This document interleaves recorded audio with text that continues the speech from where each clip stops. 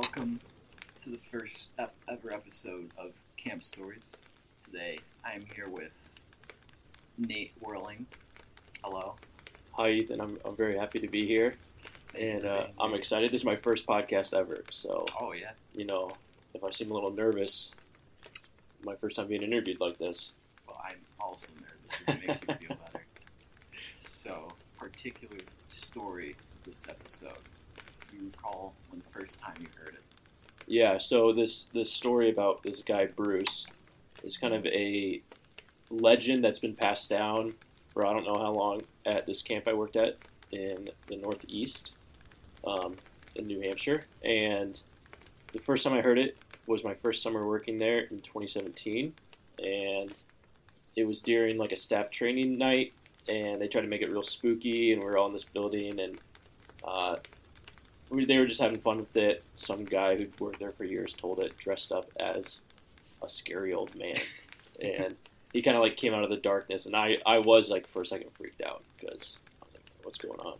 So yeah, the first time I heard it was in 2017, and then we'd hear it every year at the camp, or we'd tell it to students or campers, and it's like a pretty popular thing around there, as is I think most camps or establishments that have a local legend.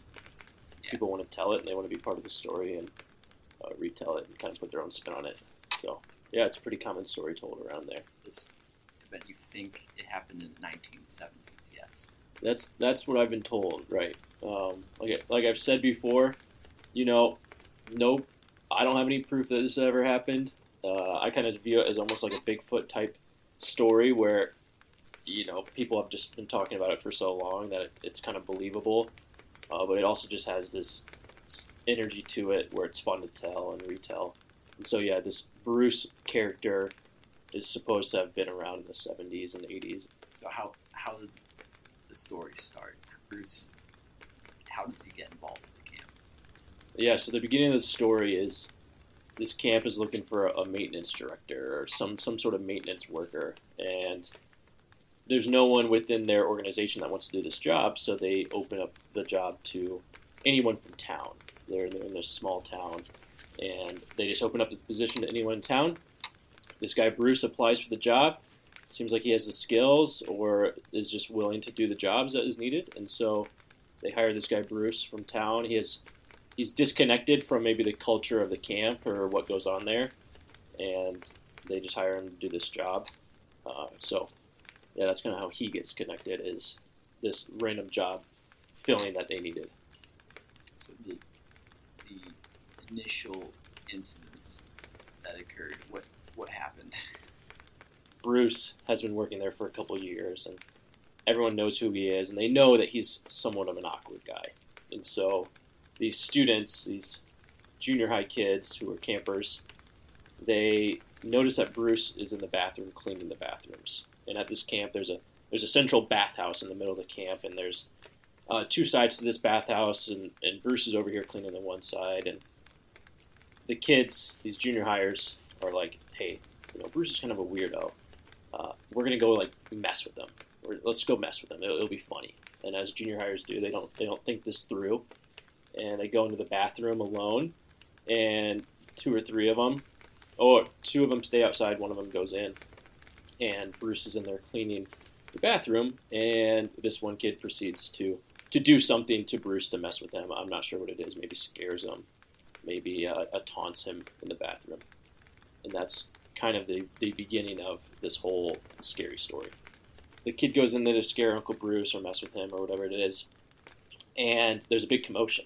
And the two kids outside hear it, and they don't know what's going on. Obviously, they're not in there. And the one kid comes out. He's like freaked out, and he seems stunned and frozen.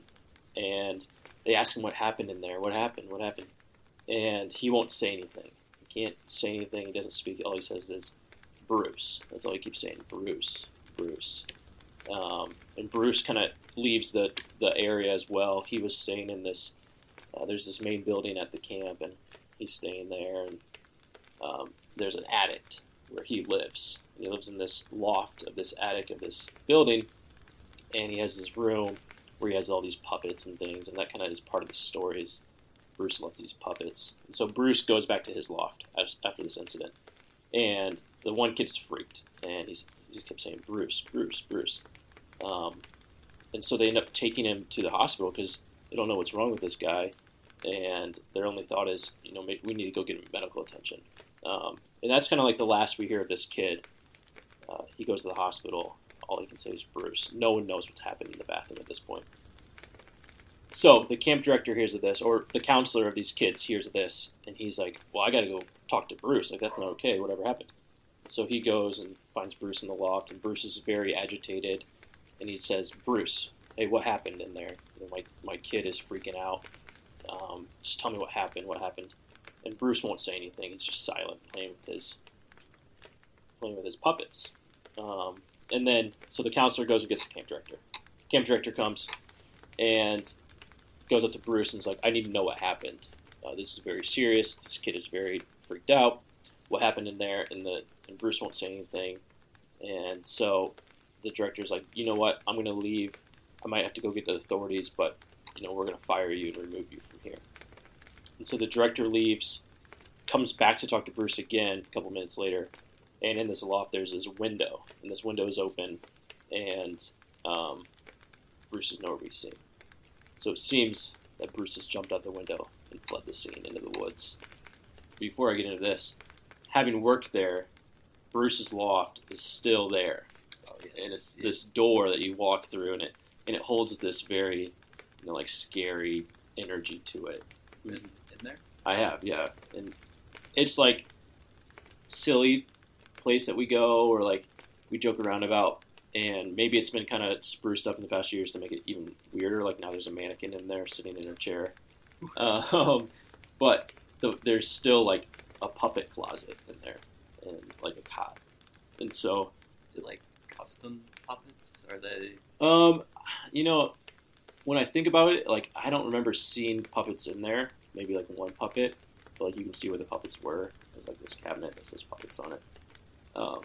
And so what they do is they start to look for him, and they kind of put out this search. Keep an eye out for Bruce. We need to ask him what happened. We need to get his side of the story, and maybe we need to punish him in some way. So everyone's keeping an eye out for Bruce, looking for him around the camp, and he can't be found. And that's where we lose track of Bruce for a couple of years. No one hears of Bruce, and this kind of creates this pattern that ends up occurring. So Bruce is gone for a couple of years. People were high alert for the rest of that summer and the summer after, looking for him, seeing if he was around, and no one could find him. And so 2 or 3 years down the road, people quit caring. They move on with their lives. Whatever happened in the past happened. It's unfortunate, and I'm sure some precautions were taken or whatever. The story doesn't really centralize around what had happened, but about what continues to happen after this. So Bruce is gone. No one's hearing from him. Things quiet down. Camp goes back to normal. And then 2 or 3 years down the road, they start to get these letters in the mail, these packages, and they just say, to camp from Uncle Bruce. And at first I think it's a joke, but then they open up the envelope, and inside is all these pictures. And what's off and kind of disturbing about these pictures is that they're taken from like far away, or through a window, or just up people's backs. Maybe everyone playing a game in the field, or people worshiping in the central building, but you can tell it's through the screen on the window, or people walking to the dining hall, and it seems like it's taken from the woods. And all these pictures are just signed, Love, Uncle Bruce.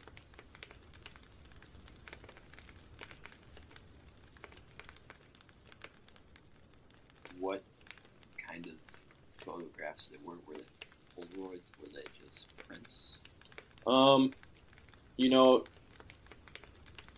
I've kind of always thought of them as Polaroids, as if this guy is taking them on his 1980s Polaroid camera, or taking them on some point-and-shoot camera and getting them developed at Walgreens. Yeah. but which very well could be, right? Like, Oh yeah. but the way I've always thought about this story is that it's some sort of Polaroid camera or something that Bruce was developing on his own. And where was Bruce living? I don't know. Was he living in a tent? Was he living in a house? Who knows?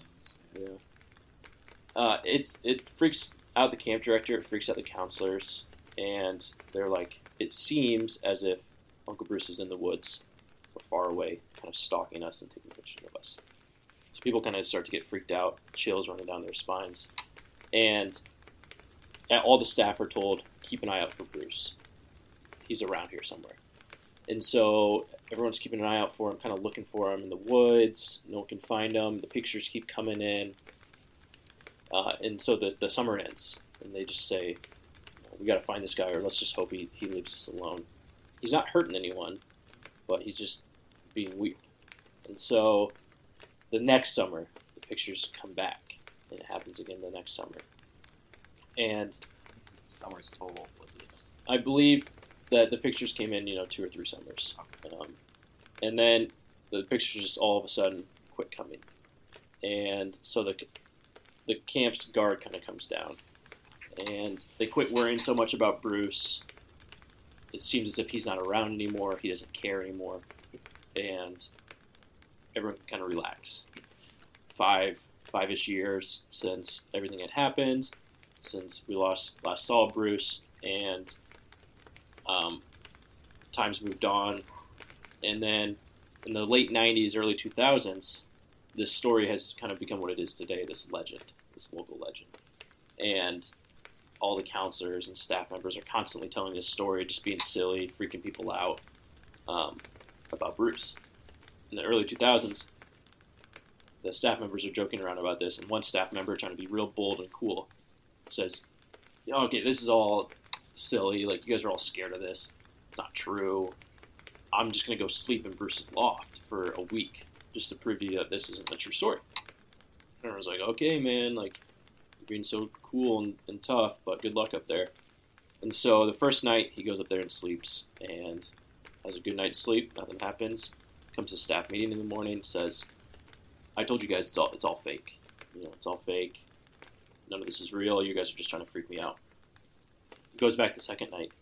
The second night, he wakes up, and next to his cot is a warm cup of coffee. And so this kind of like freaks him out a little bit, but not really, because he just presumes it's his friends at the camp messing with him.